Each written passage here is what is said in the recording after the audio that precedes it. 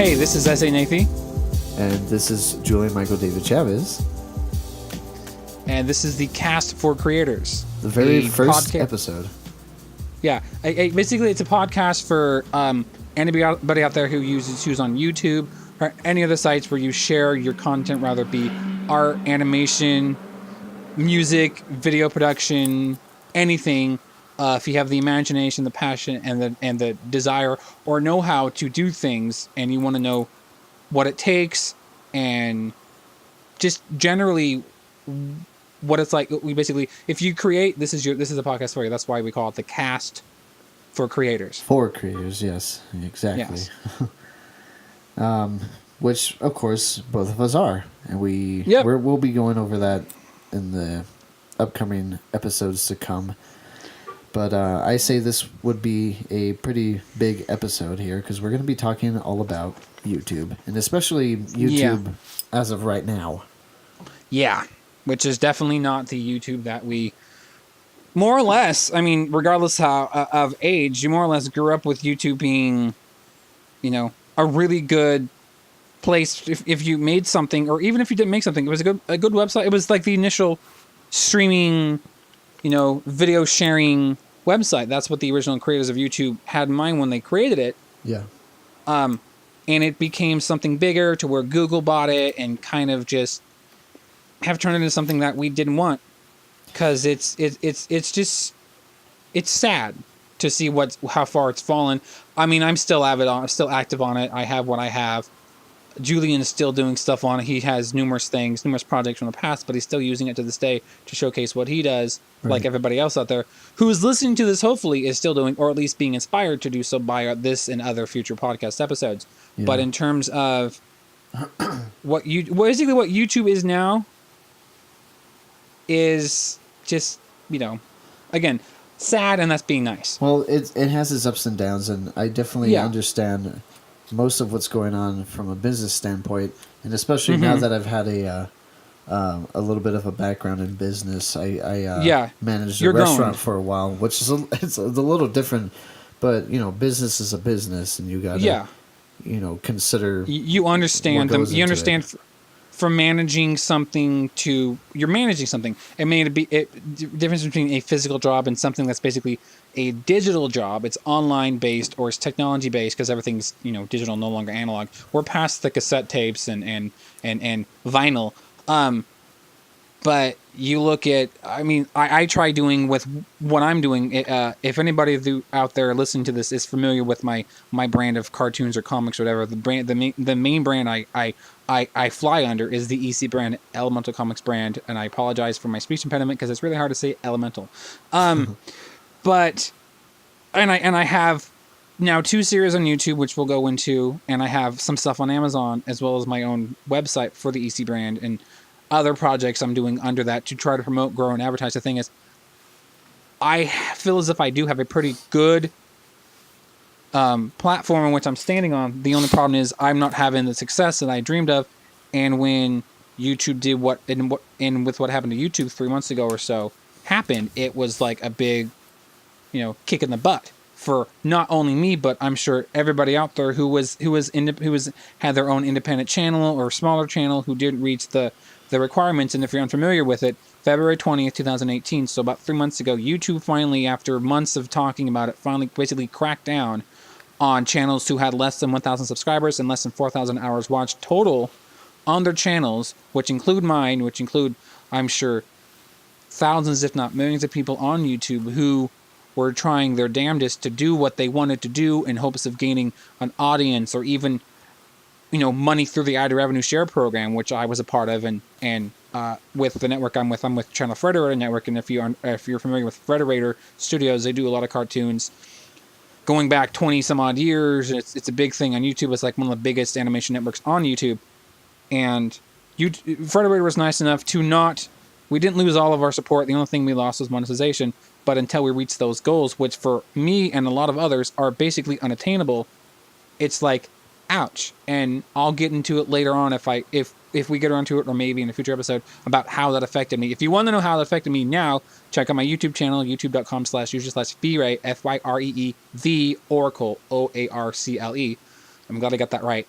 And you see, I have a video on there where it's V-Ray's blog and something, and I'm like an angry little sketch I did. Watch that, you'll understand why. And, yeah. Okay, sorry. Go on. Yeah, and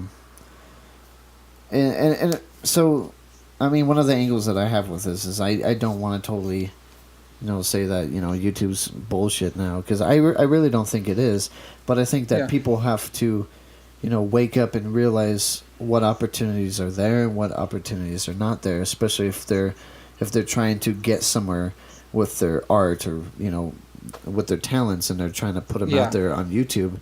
Because ultimately, I still think YouTube is like the best place to put stuff, because it has that built-in audience. It's so huge. Yeah. It's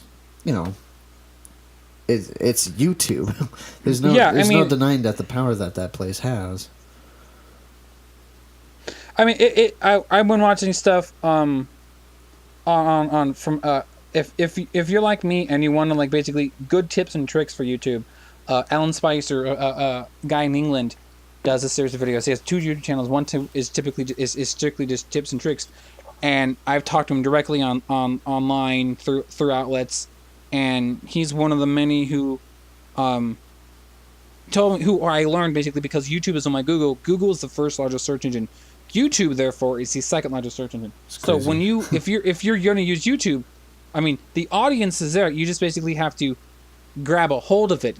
Find your niche. Find that one group of reliable subscribers and viewers who are going to constantly watch your content. The thing is, with me, and I'm sure most people out there, including you, Julian, when you put your everything you have into a project, and after weeks and months, your views stop or they drop, unless you have that one.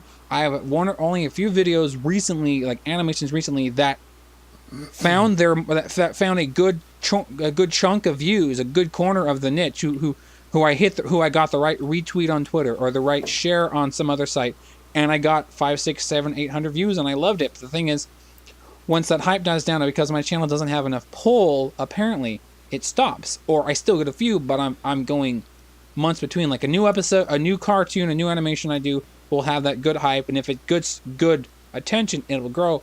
But if you don't hit that perfectly, you're never going to hit that. And that's the thing, and that's what YouTube basically turned into. Basically, it went from happy, hype, awesome, towards like, well, I liked how I did that. I think it was well. I've had a couple likes, a couple comments, and it basically, and then it just stops. Yeah. Well, YouTube, in a lot of ways, and I've always thought of it like this, YouTube is like a big sea. It's a big sea, and there's all just water all around you. Yeah, I know. Basically, you're a small fish in a big ocean. Well, not even trying to stay afloat. You're trying to get to the surface, and you're way at the bottom. And you're trying everything you can just to go an inch. And it's hard. It's hard when you're a really small creator and you're just starting out. You've had no experience with this stuff before, and you're like, how do I do that? How did these other creators do it? It's crazy. I look at what I do as an animator, and I remember when YouTube, I've been in YouTube for nearly 11 years. May 23rd, 2007, I believe, is when I joined. And that was when YouTube was a showcasing of a lot of people uploading music videos from artists and groups without licensing. There was no IP protection, none of that stuff. And then it was like a Nickelback song with like a picture it just changed colors. Yeah, it was a slideshow, or it was a video with lyrics, or it was an actual music video they got off MTV or VH1 or some other, or like MySpace. They basically recorded it somehow through some capture program or with the camera, like I used to do, and they would just pop it on YouTube. Yeah, that was YouTube. Off TV. Yeah, and that's what it was. And then when the whole MP3 and music hacking and all the Napster stuff went down in the late 2000s, YouTube flipped everything around, and within a year, every video I used to watch, every TV show clip or music video was gone, or it was just video with no audio, or vice. It was basically gone. Nothing was there. Like I would watch videos that okay, I want to hear the song. Well, it's understandable, It's there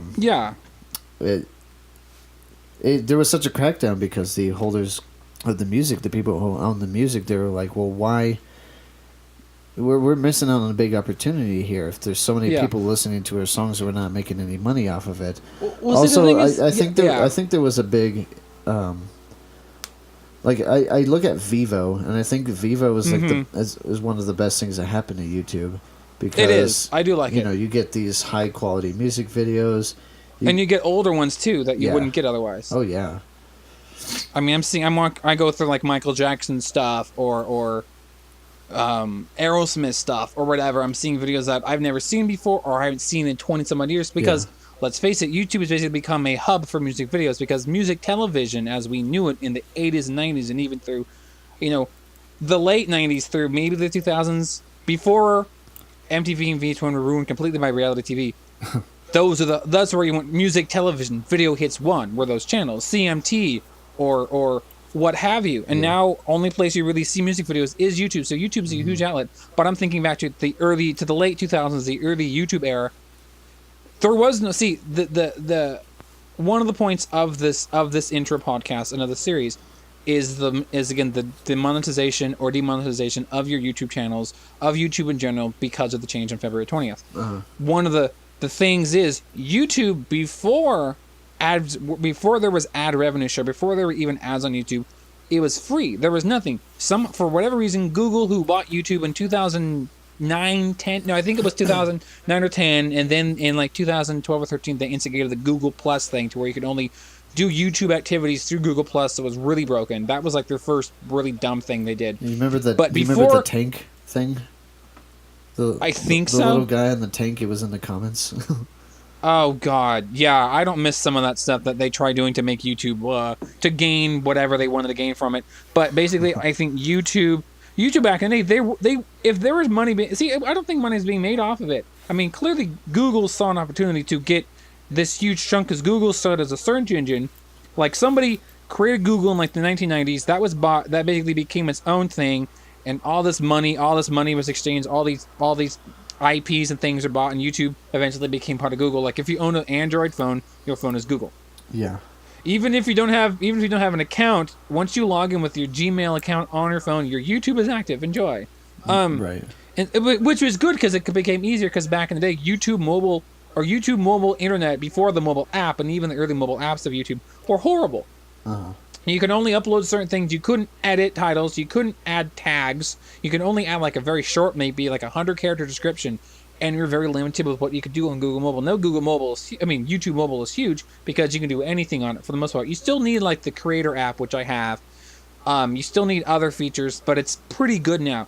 But back to what I was saying, there was no money being made on YouTube for the creators until ads started becoming a thing. Then they offered, if you joined, you could rather monetize your videos on your own, or you could join a network or get a contract like I have, and then you could potentially get money. The thing is, unless you had a huge following. I've been on a contract for nearly 3 years now, and before I was demonetized, my total earnings was only like $12, maybe $13. Yeah. So clearly I was never going to hit the initial threshold of $100 to even get paid. But again, basically, YouTube 10 years ago, there's no money being made, really. But now that there's money being made, that's the problem. That's why the advertisers who you see the ads before you watch any video on YouTube, you see a movie ad or a commercial or a TV ad or a game ad, some sort of ad promoting something on YouTube or some other content that's being promoted, money's being exchanged. The thing is, the advertisers were mad because a lot of the videos that their stuff was being promoted in front of, because people don't realize you can actually demonetize your videos yourself. In case you don't want something offensive, people who are smart about it will do that. I wasn't aware initially, but then I found out, I can, but because my content is so G-rated and related, I never worried about it. But for those who had the horrible offensive stuff, like people posting videos of dead bodies or people posting videos of horrible things that were haha funny, but really not funny, for more than 1 or 2 views, that's the stuff that advertisers didn't like. And because of that, they basically cracked down on Google, which cracked down on YouTube, which then affected everybody who wasn't even the problem. Yeah. Well, I think in general, I think about this a lot.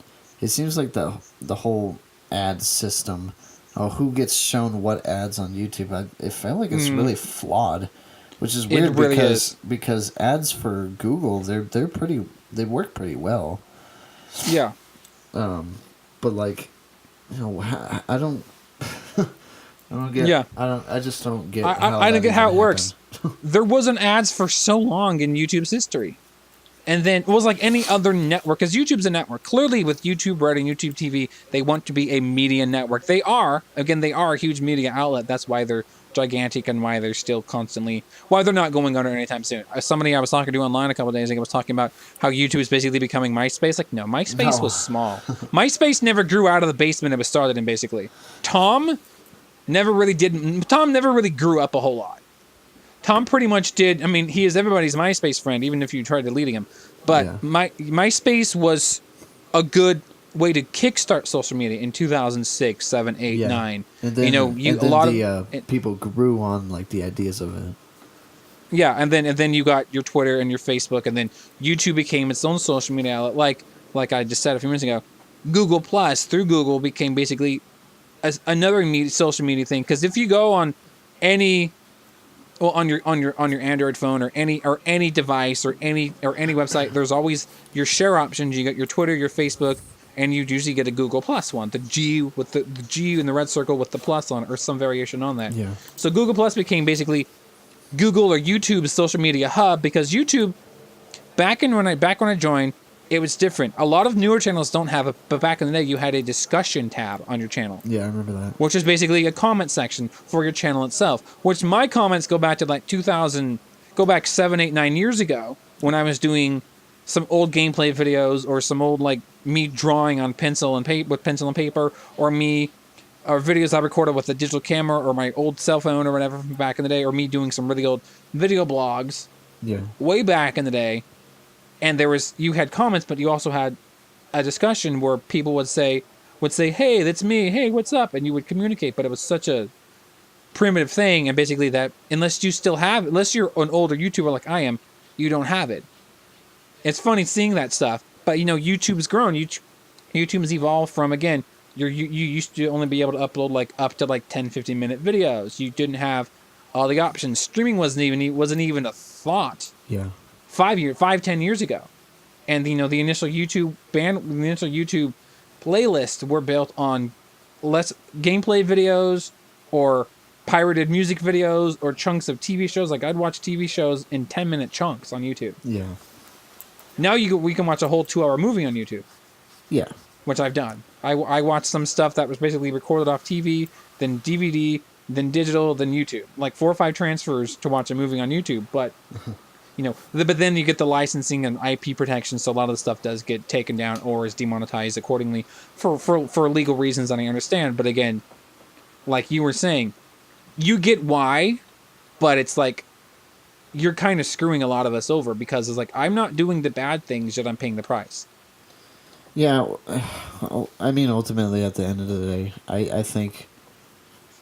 do think that it's a system that I agree with, ultimately, because I think that, creators need to be fighting their hardest just to get their stuff out there. Yeah. Which, does kind of suck, and not everybody has the same kind of resources as other people. But I mean, even if you don't have connections, that's hard. But at the end of the day, it all matters ultimately on how you market yourself and your content. That's what's important, and that's one of the things I'm learning now, because I've had YouTube channels that I've put like my creations on ever since 2007. I've uploaded stuff. In the beginning, it was crap. But everybody's first YouTube videos are crap. Yeah. Recently, ever since like 2013, I've put a lot more effort into it. I've learned a lot more stuff. I've been using Photoshop and other Adobe things and music production. So I've been putting more time into it. And then through the job that I had, I learned a little bit about marketing. I did more research on marketing. So now, like, for an example, the place I'm at right now is I have a small production studio that's pretty much based out of one of the rooms in my apartment. Yeah. And I do all kinds of production all the way across the board, And I'm you're glad doing everything. I'm glad I didn't focus on a ton of YouTube, because I think if I would have focused on a ton of YouTube, I think I would have gotten discouraged. Instead, what I did was I kind of just sat back and just practiced as much as I could. So well, it's like any other thing. The more you do it, the better you evolve. Yeah. When I started doing animations in 2000, my first animations. If you go through my YouTube playlist, were like 2009-ish. I did little choppy ones, slow, really slow frame rate, no sound, just really crappy. Yeah. Really, really crappy, slow, choppy animations. And I got a few comments, some reaction. I think they still got, sadly they have a lot of views because they've been on YouTube for nearly a decade. But then in 2012, when I lost the job I had at the time, I was bored. And people knew me online as doing a webcomic series called The Wee Pals. And so I started doing animated GIFs using those characters, or some sprite stuff, because I like doing sprite stuff. I did some sprite graphics over the years. I like doing stuff with pixel art, whatever. And so I started doing some animated GIFs with the Wee Pals and the characters Will, Phil, Boxy, and I think Hank. And then, if you don't know who they are, check my YouTube. Otherwise, you have no idea who I'm talking about. And then I started doing some soundless short animations, but a little more, and I improved. My first one was only like 9 or 12 seconds, I think 9 seconds or 12 seconds long, choppy as hell. But then I evolved. I didn't have sound, and then I started having sound. Then my sound quality got better. I started adding background music and more sound effects. I did most of the initial voice cast, and then I got to more evolved things. Like I started doing more sprite animated stuff, so I learned that skill. And people ask me what programs I use, and I still use the majority of the same ones to this day. My animations, even though I'm using, I for the most part, everything I've done has been I'm using MS Paint, the most simplistic program you could use. I'm using Movie Maker, Windows Live Movie Maker, to put everything together. I'm using Audacity, which is a good sound program, to do all my recording, to do all my audio work, laying the audio tracks, sound effects, what have you. But for my more advanced stuff, if you watch my YouTube, my Hero Man series and my newest series, Total Warriors, I'm using SIA Paint Tool, which is a great program. I have a tablet, but the majority of my stuff, all my sprite animation, MS Paint, because that's the program I've pretty much mastered at this point. People ask me, you use that to do these? Like, yes, I do. And people have asked me, even Julian, he's asked, recommend. People have recommended me using other programs, and I've looked into them. That's why I went to Paint Tool, to SAI, and I looked at GIMP. I've looked at a few others, and I use a few of them occasionally. But my core, even though I'm drawing all my stuff sometimes on Paint Tool, I still use it. I still copy and paste it into Paint, because Paint is quicker to save, because Paint Tool will freeze up on me, because you have to do an export. You can't just save it, because it'll just save it as a file for that program. It won't be an actual image unless you're actually using that program. So I have to then, if I want to export it as a PNG or a JPEG, it takes even slower. So I just copy and paste repeatedly, 500-600 times for an episode. But it works. But I'm still using the basic stuff, and people mind blown. It's not that hard. I'm doing tutorials on it and stuff too. I'm used to it. Yeah. So at the end of the day, because people always say that, how about you use this? How about you use this? It's a way better program or something like that. And it's okay, maybe my computer can't handle it. It's we'll get a better computer. And then we come to one of the biggest things for creators is money. You want to create, but you don't have the money to fund that stuff. Yeah, well, that's me right here. Luckily, that is me. I had a situation where you had, you were good for a while. Yeah. But that's the biggest problem I've had is money. It takes money. It takes money to make money. That's the problem. And I've had money very intermittently, and I was able to buy tablets or get a laptop or get a USB mouse or get an external hard drive if need be. But for the most part, I'm operating with the laptop with your basic most basic technology for 2000 whatever. But it works. But see, when I ventured into Paint Tool and with my tablet, it took me a while to get used to it. But then again, it felt like I was actually drawing again. So it's fine. But the thing is, with the more advanced programs, there's all these things. Like when I started using Audacity, I had no clue what I was doing.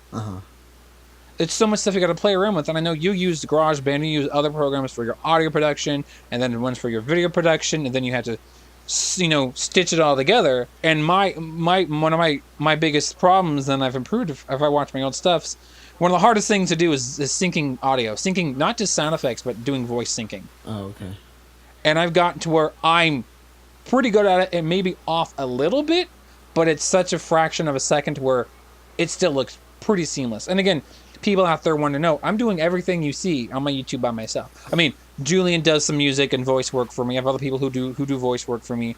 I get stuff accordingly with me, but all the animation and drawing and frames and all that stuff, that's me, and it's hard. Yeah. And when I'm doing those 15-minute sprite animations or those 10-minute drawn cartoons on my tablet, you're putting in hours and days and weeks into a project, and then the worst thing about it, and I'm not trying to discourage anybody out there. The point of this podcast series, this one and everyone thereafter, is to encourage you fellow creators. But the hardest thing is when you put all the work into it and it gets 20 views on YouTube. In like some of my older cartoons that were really good episodes that I love have no views compared to a lot of stuff, and it's sort of a kick in the butt. Yeah.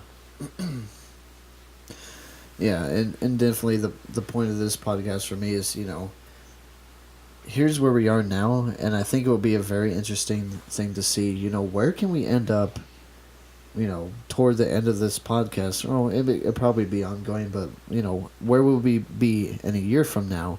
Because this will be a very good, audio record of all that, and I want to share our experiences with everybody because, since I started focusing a little more on my stuff, I've started to get a lot more success, and that's definitely something I would like to talk about. Which is awesome. You've gone from, again, a hobby to a job, and it's successful. I've tried that, and I'm waiting for that, but it's awesome to know that you're getting business. You're actually getting a business from your stuff, and that's awesome. That's like the ultimate goal to anybody who's an independent artist, musician, creator, producer, whatever, because then you can say, my stuff is actually doing something. Yeah. We're not always going to have the success, but if I get a commission animation and I get paid for it, I jump at it. Right. Like, money's involved, and I don't like doing it because I've talked to people, and one of the things is this went from a hobby of mine 6 years ago to where it literally is one of the only ways I can make money potentially. Uh-huh. And when my channel was demonetized, again, I wasn't making much, but to have that little bit of revenue cut off, just like severed, that was like a huge step back for me and anybody else like me whose YouTube channels, like people who were very close to the 1,000 and 4,000 respective numbers, but weren't there. I'm sure a lot of them have made it since, but those who are close, I've known people who I've talked to on LinkedIn or other places, and they've stopped. Or I've heard people who just stopped making. Once their channel was demonetized because they didn't reach one or both of those goals, basically their heart shattered. I came close to that. I try to maintain a positive attitude still 3 months later. It's really hard to, because when I'm putting effort into doing anything for any future project, or I upload something new on YouTube, I try to keep my schedule to Sundays and Wednesdays every week, so 2 videos a week to maintain my goal of 100 videos in this year. But when I'm putting all the effort into something and I feel as if it's not getting appreciated, it hurts. Yeah. You can't put in all your effort, and I mean, when you put in all your effort and you expect it to pay off, and it doesn't. Yeah. Well, my channel, the old channel that I had that I really focus on producing stuff for, that I pretty much co-starred in with like another 3 of my friends. It was called What You Reelin'. We started it back in 2013, and I looked at the numbers of some of the videos the other day. Now there's one that has like 18,000 views, and it's because it's because it was like a prank. Damn. It was a prank that a bunch of people were doing, so it did pretty well. You hit the right audience, yeah. Yeah, it had the appropriate tags. Something viral, yeah. But looking at the numbers on those videos, it's like 20 views uploaded 5 years ago. Yeah, it's like, wow. Some of my favorite animations I've done, still to this day, don't even have 20, maybe 30 views. Like, that was a really funny cartoon. I love, or like a really good. I did a sprite animation a couple months ago or last year. I do custom sprite stuff, so I have a Chuck Norris sprite I made from the old Double Dragon NES sprites. I had Chuck Norris in classic Teenage Mutant Ninja Turtles arcade, the NES game. And I loved it. He's kicking all these foot soldiers' butts, and I have cameos from a couple other. I have Michael Jackson sprite in there. I have Spider-Man in there. A couple other characters I threw in there, and then at the end he fights Rocksteady from classic Ninja Turtles. Yeah. One of my favorite things to make. I had so many things in it. Put so much work into it. I think it has like maybe 25, if that, views. 8 months later, like that was like my favorite thing I think I've ever made in terms of like crossing over all these classic game elements in one animation. It's like, come on. And then again, I'm not going to go on to it too much. We could talk about it in a future episode. But one of the biggest annoyances, biggest pet peeves I think I have about YouTube is the fact that I look at what I'm doing, and again, my stuff is G-rated. I've had a little bit in some of my old video blogs or some of my recent stuff. I had occasionally a swear word or two, like in this podcast, and I try to maintain a very PG rating, if not G-rated. E-rated, whatever. Very, very family friendly, very kid friendly. Like my cartoons are very humorous, even though my more actiony stuff like Hero Man and Total Warriors, there's going to be more action, there's going to be some violence, but typically my stuff is very low key.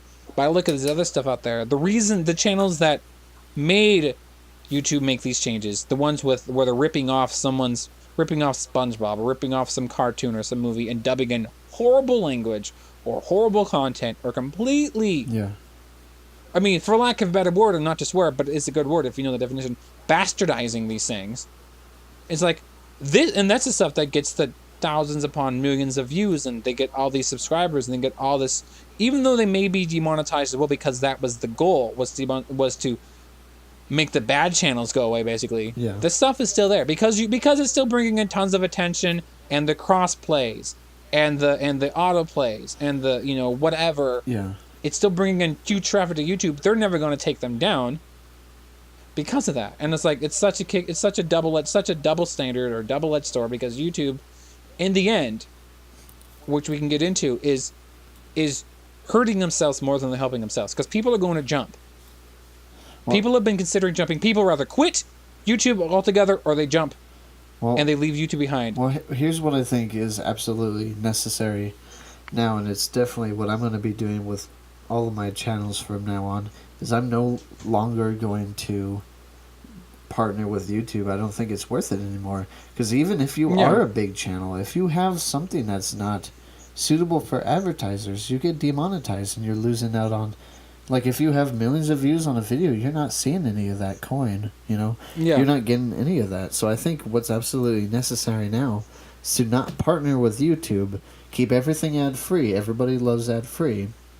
And then, if you start blowing up, look for those sponsors. Let those sponsors come to you and be like, we want to sponsor a video, or use Patreon. There's different methods now. There's tons of ways, that will help you out. And obviously, these different platforms come with their ups and downs, especially if you are relatively brand new and you don't have an audience.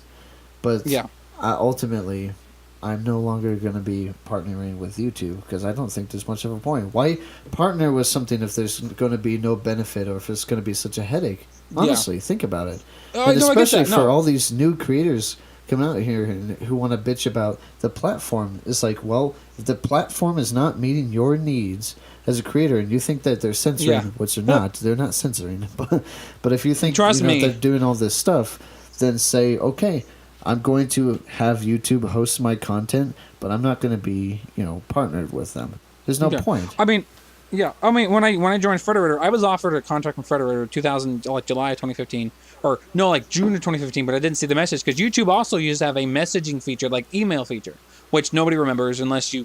It's hard to find on there, but it still exists. So I got a message on YouTube 3 years ago, but didn't see it for like a month, from somebody from Frederator, from Channel Frederator, who, again, like I said, huge thing, and the opportunity to be with them, be affiliated with them, I jumped at. Like, yes, I went through all the paperwork, digital paperwork, signed, filled out tax information, because they had revenue share. You are going to get money. Well, the hype was I get money because I get tons of views, tons of subscribers, and I'm getting 70% of every dollar made. So that's 70 cents a dollar. So $1,000 is $700 to me. Yeah. I think anybody at the point in time in my life, and I'm still there, I would jump at that any chance. But the nice thing about Frederator, even though a lot of us are demonetized, anybody with Frederator, they're still secure. Once their channels set those goals, everything's fine. But you don't lose any support. The problem is with a lot of networks, multi-channel networks, or through the YouTube partner program, is that once their channels are demonetized, they lost so much more than just the monetization. Yeah. But like you're saying, what's the point if you're an up and coming YouTuber or up and coming creator? Which, by the way, we still encourage you. YouTube may not be the best bet, but YouTube does have the security of being, again, the second largest search engine. So if you're going to go to Vimeo or Dailymotion or one of those other sites that I'm sure is going to pop up in the next couple of years because of this, unless YouTube seriously rethinks their policies, seriously, just wait. Who decided this? No, he's fired. We're hiring somebody else who knows how to do this. Yeah. Until a change is made for the better in YouTube's upper echelon, basically YouTube may not be the best source for you. It may be, but if you're looking to make money now, you better hope to God you're doing something that YouTube has never seen before. Because like I said, if I'd been doing animations years before I started actually doing them, like 2009 when I did those really simple, choppy, crappy ones, if I'd done higher quality ones like I saw back in the day on YouTube, I would hit that niche. It's funny, my oldest videos on YouTube are like my gameplay videos of me playing Mario Kart or Super Mario All-Stars. Record them with my camera when playing it on my old TV, but those have like 3,000-4,000 views a piece. Mm-hmm. They still get views, clearly because the older videos. But anything newer, the ones that I actually want the attention for, aren't getting it. So like it's again, you can it's up to you guys listening. It's up to you guys out there. It's up to you YouTubers or you up and coming YouTubers, you indie artists or animators, or whatever you're doing. If you're working as a team or you're doing solo jobs. You can choose what you want to do, but ultimately you have to think. Don't be me and jump at the opportunity, because I was then told shortly after by a former friend, who I don't talk to anymore, but basically saying, I shouldn't have jumped at it because I jumped too soon because I was basically putting all my eggs into one basket, which I admit, yes, I made an error, but I still have some security being with Frederator, but YouTube itself, as a business entity, what it's become from a simple little streaming web sharing or video sharing web service to this gigantic, multinational, big old corporation basically, is not ideal for small people unless you are guaranteed you're going to catch fire. And guaranteeing, I have seen some people do that though. Somebody joined YouTube on LinkedIn, who an animator who does professional stuff, but he had a YouTube channel, but because he already has a name out there, he went from I think like 10 subscribers to like 400 in like 2 weeks. Yeah. But again, he has the name. He's a professional animator. He's worked for the big companies. But me and other people like Julian, we don't have that. So Julian choosing not to go to YouTube or not to partner with YouTube, smart. I almost recommend that more than I would jumping, unless you join a good one like Frederator, and there are some good ones out there. But you need to make sure that you're going to make the money that you want to make, like I was hoping to make. You need to make sure that you have the best thing you can do, or you need to have something that's really catchy or goes viral in a heartbeat. But the thing is, YouTube is full of it. I'm not just saying full of content. YouTube is full of it because it's just it's full of crap. Honestly, a lot of YouTube is crap. If you go through YouTube, If you search something on YouTube, you're going to get the most stupidest crap in the world. I mean, that's what YouTube was based on for the most part. Initially, a lot of it was stupid crap, but it's like YouTube has no way. Really, the only way they even filter their content is basically by demonetizing it. Yeah. They don't delete things. They never delete things. The most offensive videos are still on YouTube.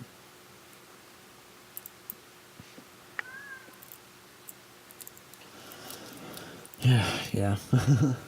But going forward, I'm definitely excited because I'm going to be doing a lot of research, and if I'll be coming up with ways to further getting yourself out there and how to really make the most of what you have. Oh yeah. So that's definitely going to be information I want to share here on this podcast. I mean, the nice thing is because because Julian and I have talked prior to this to sort of streamline what we're going to do in the podcast series and other projects coming up.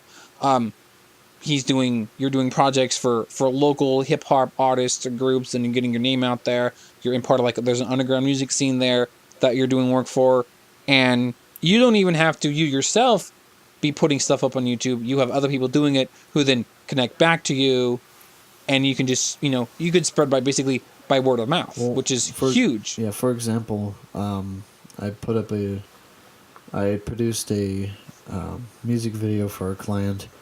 It's been up for probably about a month, and it has 400 views, and that's more views than I've seen in a long time. I don't get that often unless rarely am I getting that on anything new. And then this other on my guy, channel.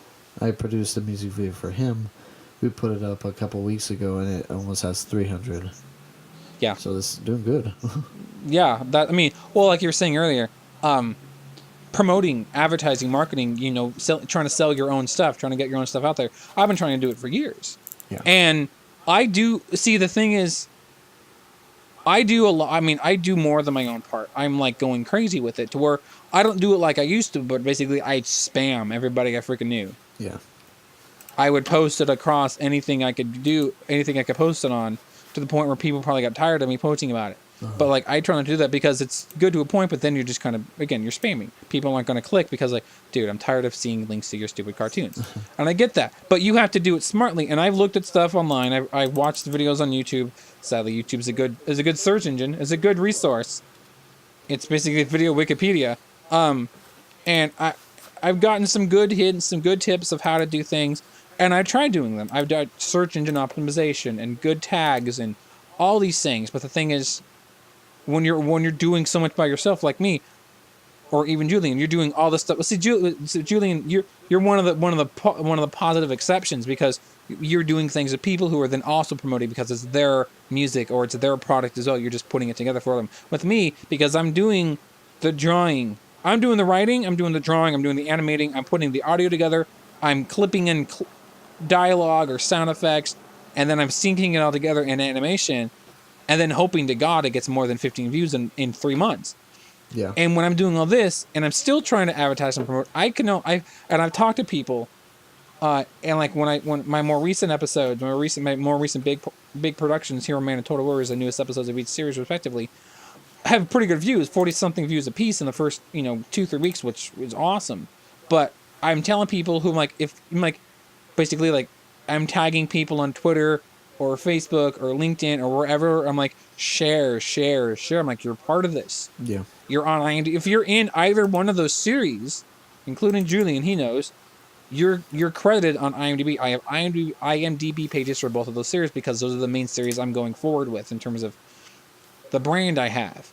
And so your IMDb, it's, when I first started doing it, I was like, wow, it's kind of, I go on IMDb, I type in myself, like, I see me on IMDb. I don't know if it's getting any attention, honestly, but I feel, it's kind of cool. I feel more official in my capacity as a artist, animator, creator, producer, writer, director. And it's kind of, it's a real thing, but it's, again, I'm doing all this stuff myself, but I've never really have a support team. And that's the one thing is, unless Julian, he has that because you're collaborating actively and openly with numerous people, and it's spreading like wildfire. With me, I'm sitting here, I'm like, well, I have 2 views today. That's cool. Somebody liked my post. Yeah. I don't have a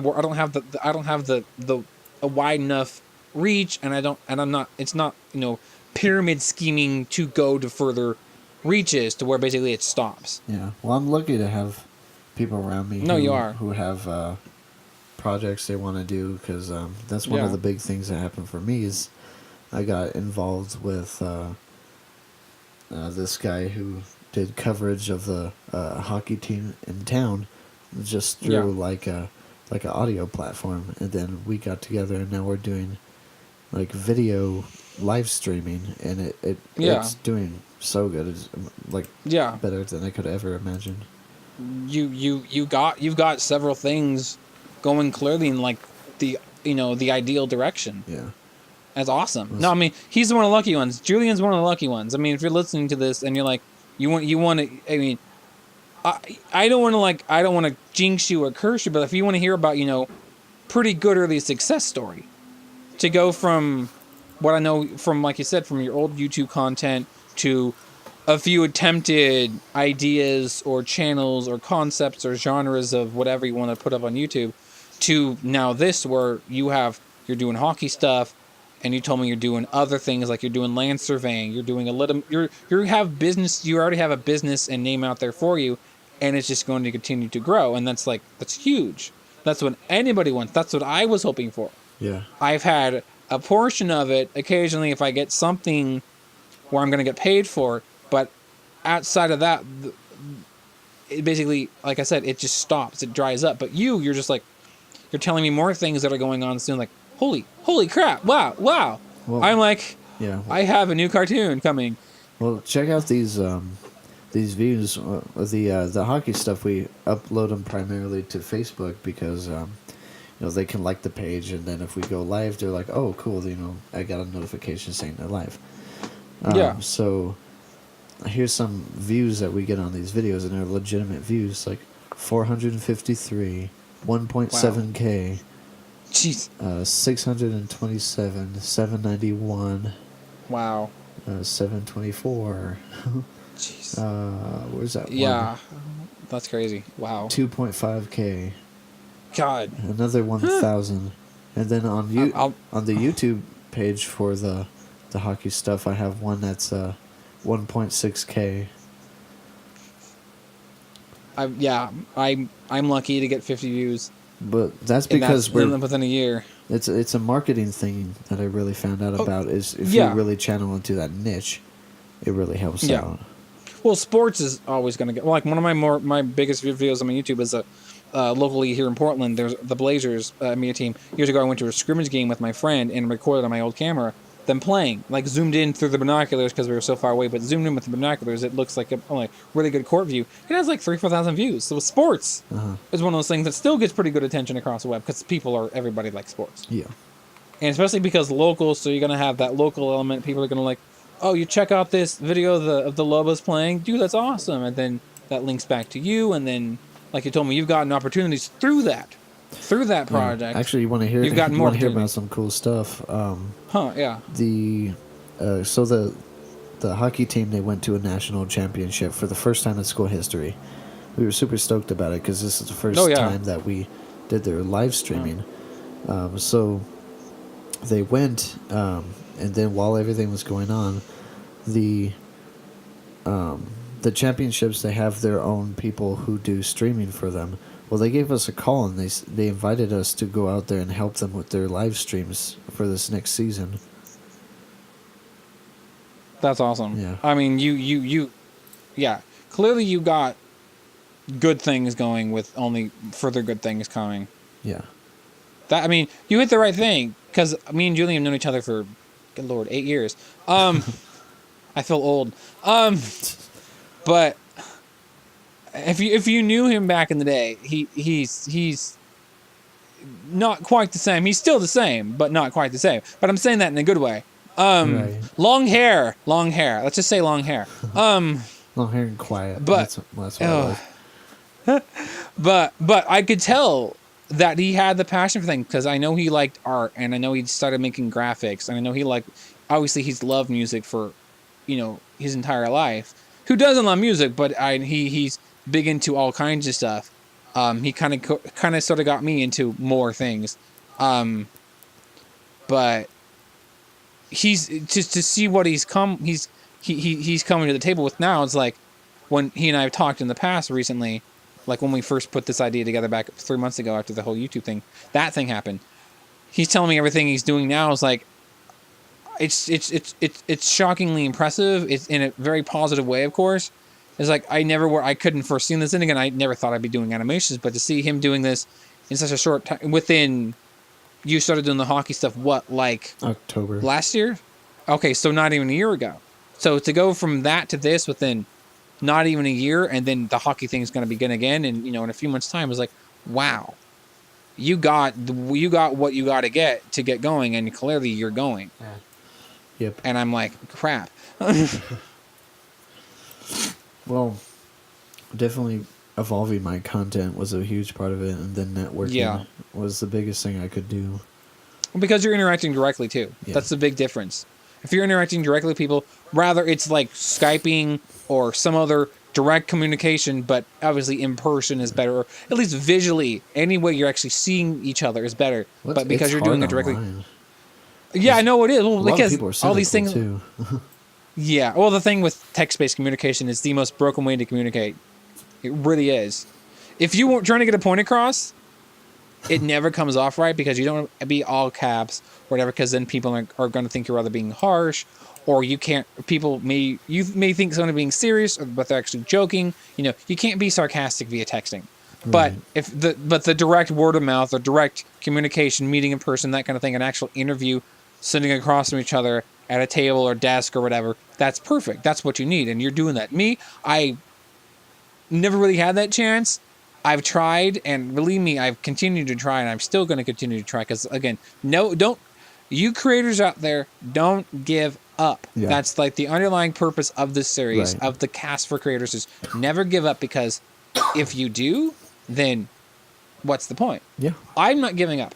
I've tried and tried and tried. I've got the success I've gotten, and I'm taking it.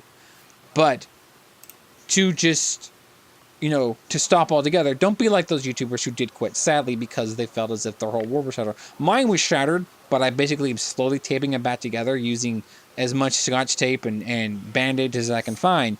But you can do it. You have to find the right niche, like we're talking about. Like Julian said, don't jump. Like we both said, don't jump too soon. Don't sign up for the YouTube Partner Program until you have your niche. Yeah. If you get your niche, if you get a good subscriber base within the first half a year, then think about what the future holds for you on YouTube. Yeah. What YouTube can do for you, what you can do for YouTube. Because if YouTube, basically, when you join the partner program or you join a network like Frederator with the hopes of gaining more from it, then you take it. But don't jump too soon. Don't be like, well, I have 50 subscribers in a week. That's cool. Or I have this many, or my video has a lot of views. That's great. But unless you're getting... literally, like, everybody you get is getting 100 views a day. Simplistically, you're not going to hit that niche you need. You're not going to hit those goals you need to reach, because it's hard. Because YouTube, like we've talked about, is not the same it was 10 years ago. 10 years ago, you would have been huge. I remember those stick figures on crack videos, which were hilarious little cartoons. Or some of those things, really humorous. Ones that have been since re-uploaded by other YouTubers because the initial creators or animators were stopped altogether or disappeared or were banished or whatever. But a lot of those things are still huge because they're old. But the thing is, nowadays you have to be such a specific thing, and you can't use copyrighted material. You can't do it because even some of my cartoons that use Nintendo or other game music, because I'm parodying classic games and my sprite animation stuff. I've been, prior to demonetization, they were demonetized, individually. And even one of my recent something I just uploaded, which isn't going to be aired for a while, I think, was demonetized. Or was labeled for copyright infringement by Nintendo. I'm like, oh, I get that. It was like, really? I'm already not making money, but you're already going to claim monetization on it yourself. That's great, guys. Enjoy the wait for the next 800 subscribers on my channel. But I get it. But the thing is, they're so strict now. Just like any other thing, like,